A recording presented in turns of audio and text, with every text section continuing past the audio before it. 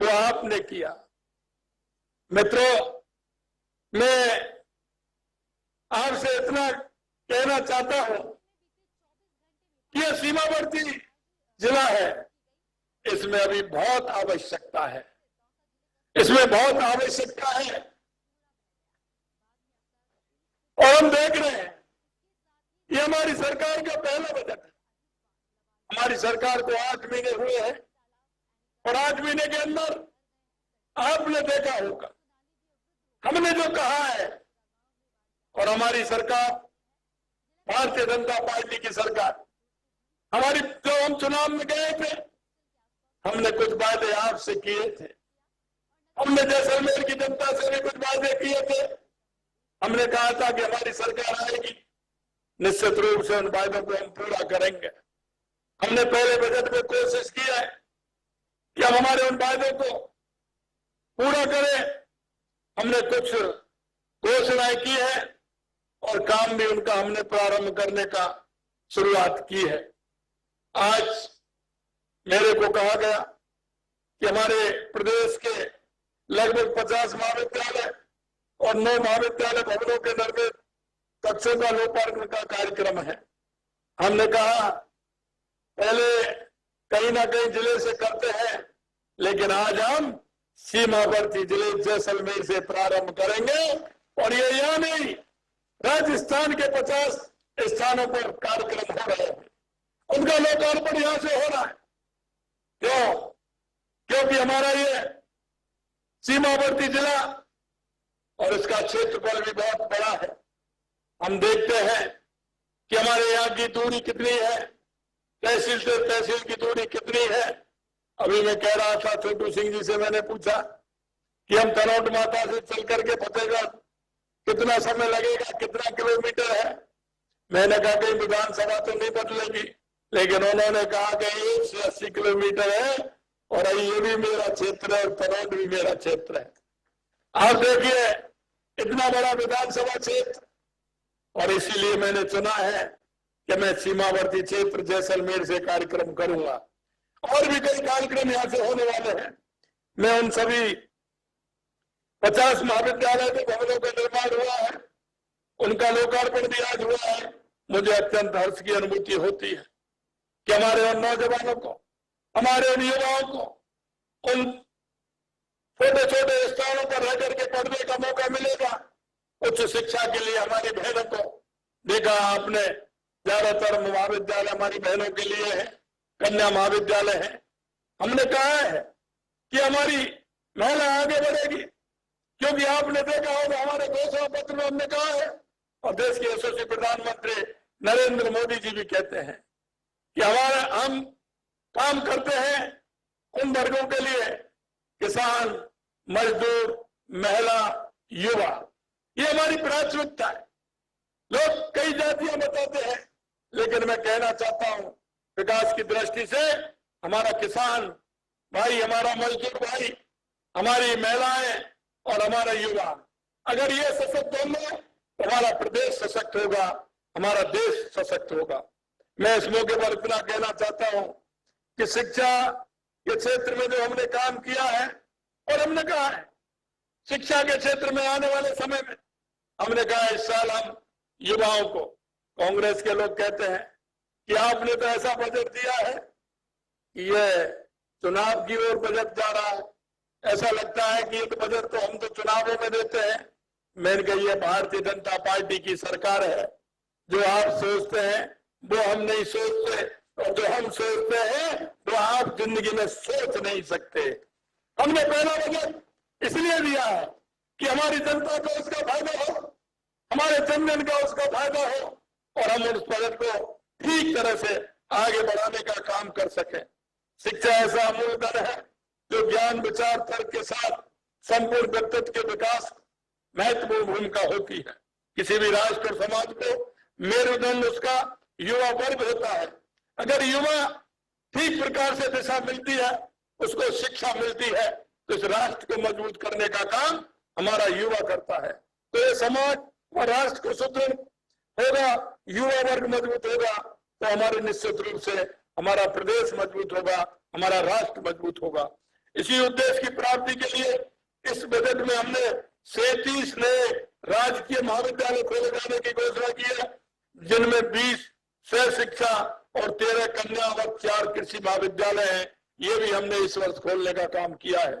हमारी सरकार युवा वर्ग की आवश्यकताओं को समझते हुए सतत प्रयास भी किया है और आज का ये लोकार्पण इसका एक जीवंत उदाहरण भी है। खुद के भवन के बिना चल रहे महाविद्यालय कैसे चल सकते हैं? अध्ययनरत विद्यार्थियों को और सभी सुविधाओं से युक्त नए भवन, क्लासरूम मिलेंगे, इससे उनकी पढ़ाई सुगम हो पाएगी। इन 50 महाविद्यालयों में अभी तक 16,352 विद्यार्थी अध्ययनरत हैं, लेकिन मुझे अनुमान है यह संख्या बढ़कर के लगभग 25 और 26,000 पहुंचने वाली है। हमारी सरकार युवाओं को रोजगार उपलब्ध कराने के विजन के साथ काम कर रही है। इसी हेतु हमारी सरकार 5 वर्षों में 4 लाख सरकारी भर्तियां निकालने का हमने घोषणा की है और हमने ये भी घोषणा की है कि 1 लाख भर्ती हम इसी साल करने वाले हैं। लोग कहते हैं 1 साल में 1 लाख। मैंने कहा हाँ, हम कहते हैं, वो करते हैं। देश के यशस्वी प्रधानमंत्री नरेंद्र मोदी जी कहते हैं कि जो कहते हैं वो करने का काम करते हैं। और मैं इसलिए कहना चाहता हूं, सबका साथ, सबका विकास, सबका विश्वास और सबके प्रयास को लेकर के हम चलते हैं। राष्ट्रीय शिक्षा नीति 2020 का पालन करते हुए प्रदेश में शिक्षा का विकास किया जा रहा है। 2024-25 से प्रदेश के महाविद्यालयों में भी सेमेस्टर प्रणाली प्रारंभ कर दी गई है। मैं आपसे कहना चाहता हूं, अब विद्यार्थी अपनी रुचि के अनुसार विषयों पाठ्यक्रमों का चुनाव कर सकता है। विश्वविद्यालय द्वारा academic bank of credit ABCID हेतु पंजीकरण की कार्रवाई प्रारंभ कर दी गई है। राष्ट्रीय शिक्षा नीति का पालन करते हुए उच्च शिक्षा में विद्यार्थियों के लिए कौशल विकास के पाठ्यक्रम सम्मिलित किए जा रहे हैं, जिससे विद्यार्थियों का अध्ययन के साथ रोजगार कौशल की तरफ भी ध्यान बढ़ेगा। हमने अपने संकल्प पत्र पर 100 दिवसीय कार्य योजना के अनुरूप राजकीय महाविद्यालय, पॉलिटेक्निक महाविद्यालय, इंजीनियर महाविद्यालय सत्र 24-25 छात्राओं के लिए 30% सीटें शैक्षिक रूप से आरक्षित की है, जिससे हमारी बहनों को उसका फायदा मिल सके। सहायक आचार्य के 1936, शारीरिक शिक्षकों में 247 एवं पुस्तकालय अध्यक्ष के 247 पदों पर भर्ती हेतु लिखित परीक्षा संपन्न हो चुकी है। आने वाले समय में कहीं भी किसी भी विद्यालय में किसी भी प्रकार से शिक्षकों की कमी नहीं आएगी, ये भी हम विश्वास दिलाते हैं। महाविद्यालय के भवनों की उपलब्धता के लिए रखते हुए 192 महाविद्यालयों के भवन का 1027 करोड़ 20 लाख रुपए की लागत से निर्माण कार्य प्रगति पर है। कार्य शीघ्र पूर्ण कर लिया जाएगा, क्योंकि अगर साधन और संसाधन नहीं होंगे तो हम उसका ठीक तरह से उपयोग नहीं कर पाएंगे। लेकिन हमें पता है कि हमारे साधन संसाधन होंगे तो हमारे विद्यालय, महाविद्यालय हमारे ठीक प्रकार से चलेंगे और उसका फायदा विद्यार्थियों को मिल पाएगा। हमारी सरकार Swami Vivekananda scholarship for academic excellence योजना के तहत विद्यार्थियों को देश और प्रदेश में उच्च शिक्षा प्राप्त करने के अवसर भी प्रदान कर रही है। इस योजना का लाभ प्रदेश का ये विद्यार्थी जो आर्थिक रूप से सक्षम नहीं है, देश विदेश के उच्च स्थानों पर भी अध्ययन का सपना रखता है, उसके सपने हकीकत में बदलते हुए आपको नजर आएंगे। जो विद्यार्थी गरीब विद्यार्थी है वो पढ़ना चाहते हैं वो भी पढ़ सकते हैं। मैं आपसे इतना कहना चाहता हूं, हमने हमारे युवाओं के लिए और हमारी बहनों के लिए हमने कहा है कि इनको किसी भी प्रकार की परेशानी नहीं आने दी जाएगी, क्योंकि युवा जब पढ़ता है तो हमारा राष्ट्र विकसित होता है। मैं आपको इतना कहना चाहता हूं मेरे भाई और बहनों कि हमने सभी जगह इन महाविद्यालयों में, अगर हमने ये भी बात कभी कभी आती है कि उनमें ठीक प्रकार से शिक्षक नहीं मिल पाते हैं, हमने आगे भी कहा है कि उनकी भर्ती भी हम करेंगे और कोई भी महाविद्यालय ऐसा नहीं होगा जिसमें शिक्षक की वजह से परेशानी होगी। मैं आपसे इतना कहना चाहता हूं, जैसलमेर विधानसभा के लिए हमने जो किया है, छोटू सिंह जी बता रहे थे लेकिन छोटू सिंह जी आपके बहुत होशियार हैं, एक बार में 4 काम बताते हैं, ये कर दीजिए, और दूसरी बार आता है तो 4 और लेकर के आते हैं। आपकी बहुत बड़ी चिंता इनको रहती है, हमेशा आपकी चिंता करते हैं। मैं आपसे कहना चाहता हूं मेरे भाई और बहनों, ये हमारा सीमावर्ती जिला है, निश्चित रूप से जो हमने इसमें इस बजट में किया ये तो करेंगे, लेकिन हम यहाँ, क्योंकि हमारा ये ऐसा क्षेत्र है जहाँ रेगिस्तान का थार भी है, खुड़ी और सम जैसे यहाँ ऐसे स्थान है जो पर्यटन को लगाते हैं। तलौट माता, हमारी 7 माताओं के मंदिर भी हमारे बाड़मेर और जैसलमेर में है। हमारे ये भी पर्यटन के क्षेत्र में आगे बढ़ने का काम करेंगे। दूसरा, मैं और आपसे कहना चाहता कि यहाँ इंदिरा गांधी नहर का पानी आता है। मैंने प्रयास किया है, क्योंकि ये अंतिम छोर है हमारा, हनुमानगढ़, गंगानगर, बीकानेर, नागौर को भी जाता है, जोधपुर को भी जाता है और जैसलमेर को भी जाता है। हमारा पानी है जो पौंग डैम के अंदर है, जो हमारा 10 फुट पानी वहां बचा हुआ है। हमने उसके लिए भी केंद्र सरकार को पत्र लिखा है, अगर वो पानी हमें मिलेगा तो वो पानी हमारा जैसलमेर तक आएगा। उसके लिए भी हम प्रयासरत हैं कि ज्यादा से ज्यादा जैसलमेर के लिए इंदिरा गांधी नहर का पानी भी मिले। मैं आपको बताना चाहता हूँ, इस बजट में हमने जैसलमेर का पूरा ख्याल रखा है। हमने चौमुखी विकास के लिए बजट में अनेक घोषणाएं की है, उन्हें जल्दी धरातल पर भी उतारने का काम किया जाएगा। हमने बरौना में सोलर पार्क विकसित करेंगे, डांगरी में 132 kV GSS स्थापित करेंगे, 15 करोड़ रुपए की लागत से बरना गंगा निम्मा बीदा सम सड़क का निर्माण भी कराएंगे। 11 करोड़ रुपए की लागत से सिविल एयरपोर्ट से सम तक वाया ग्राम GI सड़क निर्माण का कार्य भी हम कराने वाले हैं।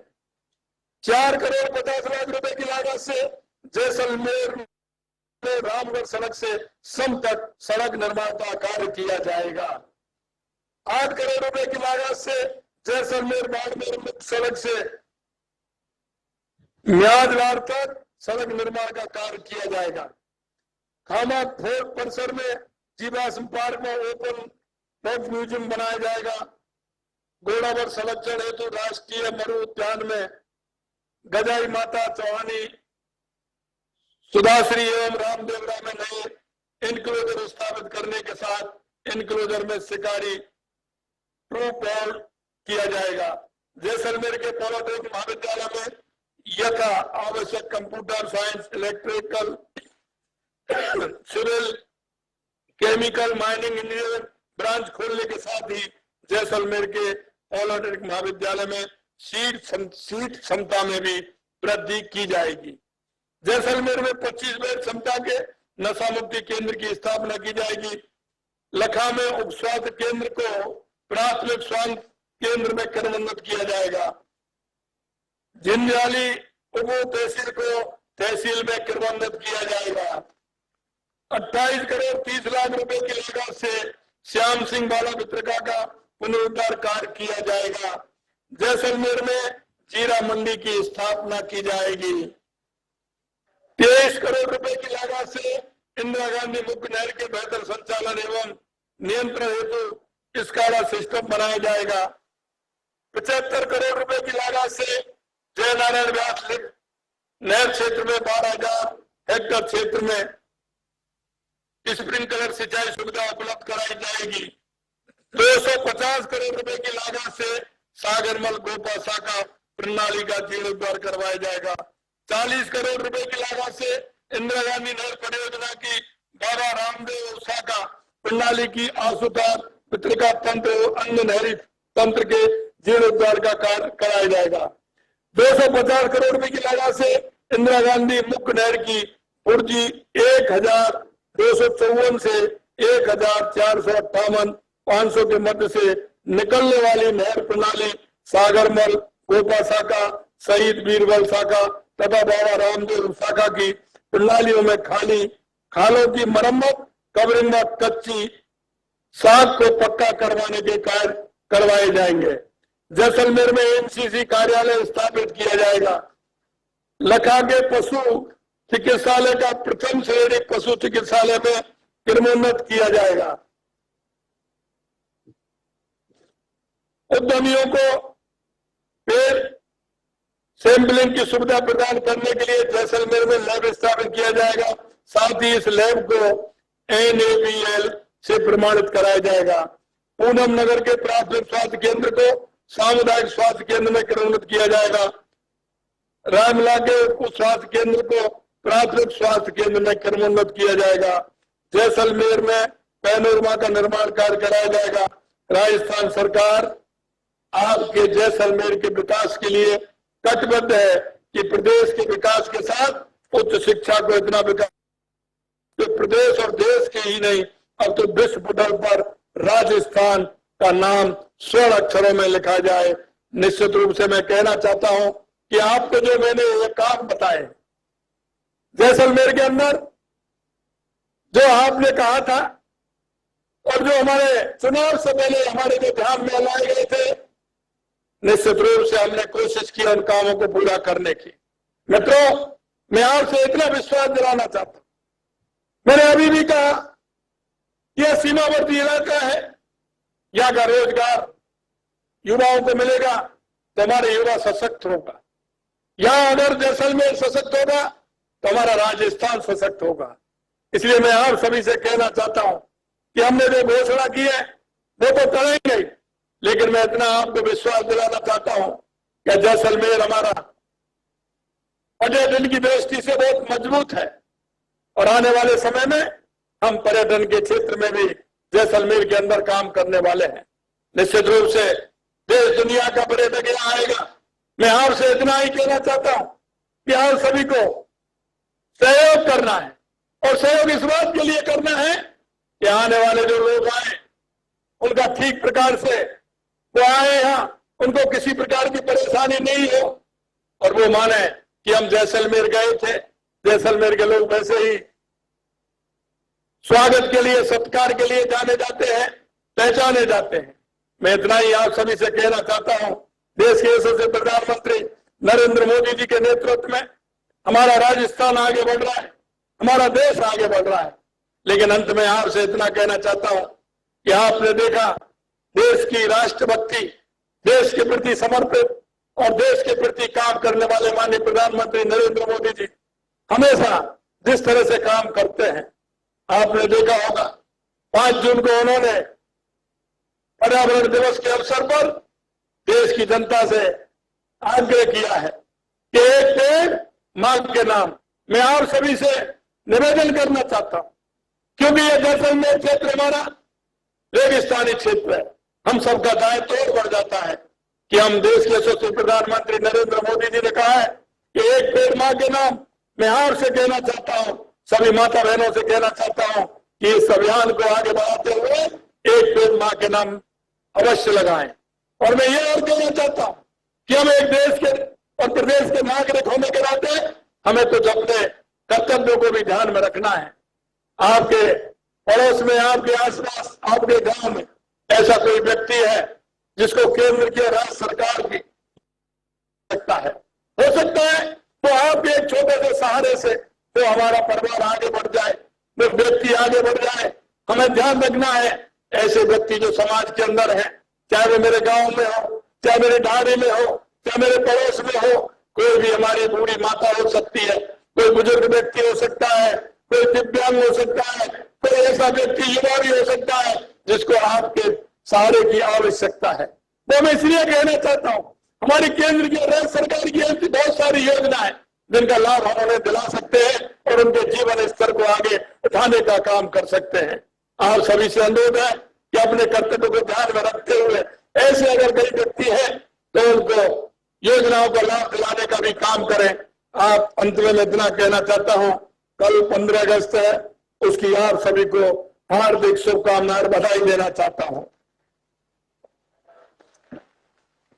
अंत में इतना कहना चाहता हूं कि आज इस कार्यक्रम में इतनी बड़ी संख्या में आप सभी लोग आए हैं। निश्चित रूप से आप सभी को मैं बहुत बहुत धन्यवाद और साधुवाद देना चाहता हूं। आप सभी को मैंने बहुत बहुत धन्यवाद, बहुत बहुत धन्यवाद। जय हिंद, जय भारत, जय राजस्थान।